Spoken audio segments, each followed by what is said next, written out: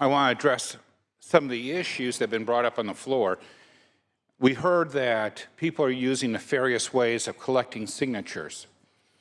The process isn't about just collecting signatures.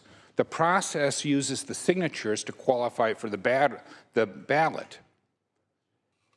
Then the people get to vote on it. See, there are checks and balances through the process. When this was put together, it was cleverly done so that if somebody did, in a nefarious way, collect those signatures, those very same people would have a chance to vote on it in the ballot. Now, I will tell you a little bit about politics for all those who are watching who may not know.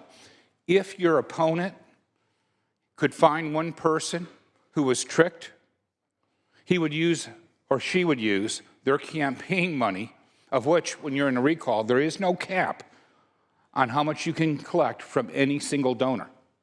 So you have a limitless amount of money in that recall to promote those people and talk about this in a very public way. Jeff Denham, who was a senator on this floor, was a target of a recall. And you learned from our good friend from Riverside that the success of recalls are very slim to none. Over the last 100 years, very few. I think the senator said it was 3 successful.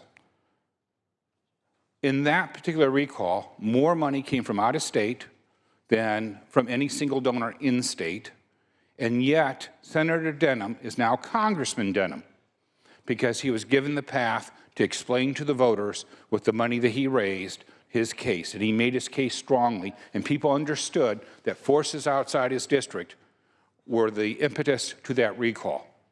So when we talk about how they're using nefarious ways to collect signatures, let's not neglect that those same smart voters will have a second bite at the apple because they'll have a vote.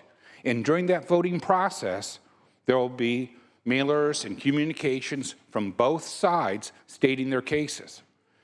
So if you're saying that you don't trust them to twice get it right, then you should vote for this.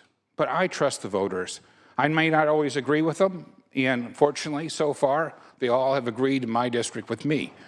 But I think that to turn around and say that somebody could nefariously run this whole process, that's just, the numbers historically would be different. More people would have been recalled if that was the facts, if that was the truth. It isn't. It's very simplistic to think about, well, if I only get it on the ballot, then of course they're going to lose. The second element I wanted to speak to was I'm very disappointed of all the trailer bills that we could have chosen, that we chose to do this on the backs of our veterans. You know, there are elements of this, as my second colleague from Riverside spoke of, that are very important to our veterans. And it kills me to have to vote against this. I think about those veterans all the time. I think about how they signed up to protect our liberty. And yet, what no foreign country has taken through force, this body is going to steal from the people today if we pass this bill. Think about that. What no country has taken by force because of our veterans, we're going to give away, or we're going to take from the people.